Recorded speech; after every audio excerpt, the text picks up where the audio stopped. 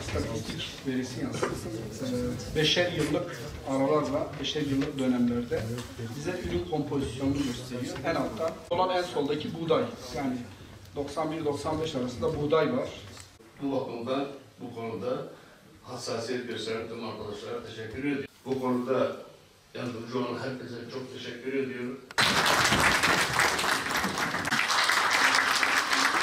Burada önemli olan istikrar. Önümüzde seçim de var. Yani o istikrar sağlandıkça inşallah daha iyi hizmetlerde bundan sonra gelecek diye düşünüyoruz.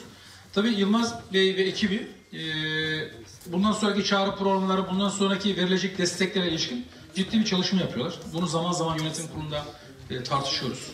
Yine huzurla da söylüyoruz. Gene tarım inşallah önde olacak. Tabii iyi tarım yapılan bir il olunca da az önce başkanın vermiş olduğu rakamlar organ sanayi bölgemiz, yani birinci organ sanayi bölgemiz daha çok gıda kümeleşmesi olan, gıda ağırlıklı sanayisi olan bir organ sanayi bölgesi oldu. İkinci sanayi bölgesini biliyorsunuz, birinci etap altyapı çalışmaları bitti. İkinci etapın ihale sürecindeyiz. İnşallah en kısa zamanda da oradaki tahsisler yapılacak. Üçüncü ve dördüncü organ sanayi bölgelerinde biliyorsunuz Nusaybin ve Midyat'la alakalı şu anda hem yer araştırması yapılıyor. Onlar da kısa süre içerisinde inşallah tüzel kişilik kazanacak ve onların da tahsisatları siz değerli yatırımcılarımıza veya dışarıdan gelen yatırımcılarımıza veya sizin ortak olacağınız dışarıdan getireceğiniz yatırımcılara verilecek. Tabii bölgenin en büyük sıkıntılarından bir tanesi istihdam. Bu istihdamı da hep beraber çözeceğiz. Çünkü devamlı kamu kurumlarına TYP'den geçici istihdamla bu işi çözmek mümkün değil. Daha kalıcı istihdamı sağlamak durumundayız. Bütün gayretimiz de bu. İşte başkanım da burada, yani Ankara'da görüşüyor. Yani devamlı, tamam, Allah razı olsun. Sayın Cumhurbaşkanımızın önderliğinde bu geçici istihdama ilişkin bir sürü bize geliyor. Geçtiğimiz ay geldi, başlatacağız 1300 kişi, şimdi geliyor başlatacağız 1000 kişi. Yani bunlar ama geçici tedbirler. Ama açılacak olan bu sanayi tesisleri daha kalıcı bir istihdama yol açacak. Bütün gayretimizde inşallah bu kalıcı istihdam için dikkat ettiğiniz gibi hem bölgede, yani bu bölgede başta Mardin olmak üzere bu huzuru sağlıyoruz. Yeri geldiğinde de sınır ötesinde bu huzuru sağlamak için her türlü zaten devletimiz tedbirini almış durumda ve çalışıyor. İnşallah bu sürdürülen huzur siz kıymetli yatırımcıların da yüzünü güldürecek.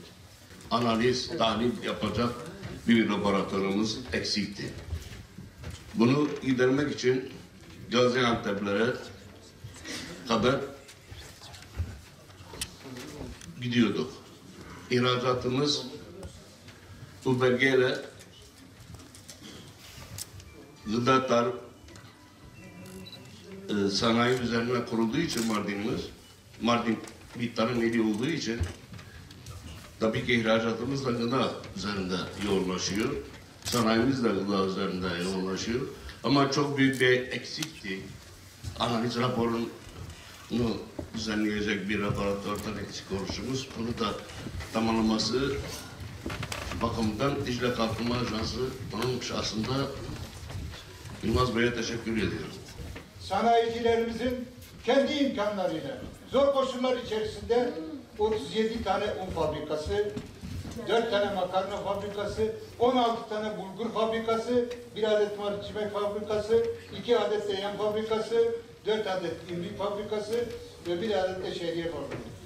Organize sanayi bölgemizde toplam olarak tarımsal alanda hizmet üreten ve istihdam yaratanların toplam sayısı 97'ye ulaşmaktır. Neredeyse yarı ölçmektedir. Bizim zahireciler olarak 2007 yılında Kızıltepe Hububat Ticaret Merkezi temelini atarken bizim hayal ettiğimiz projelerin içerisinde bir tanesi de bu laboratuvardı. Bu laboratuvarın bir paydaşı olmaktan, bu laboratuvarı ve modern bir borsa binasının Kızıltepe'de yerleşmesinde yer temini tahsisinde bulunmaktan şahsım ve derneğimiz adına mutluluğumu ifade etmek istiyorum.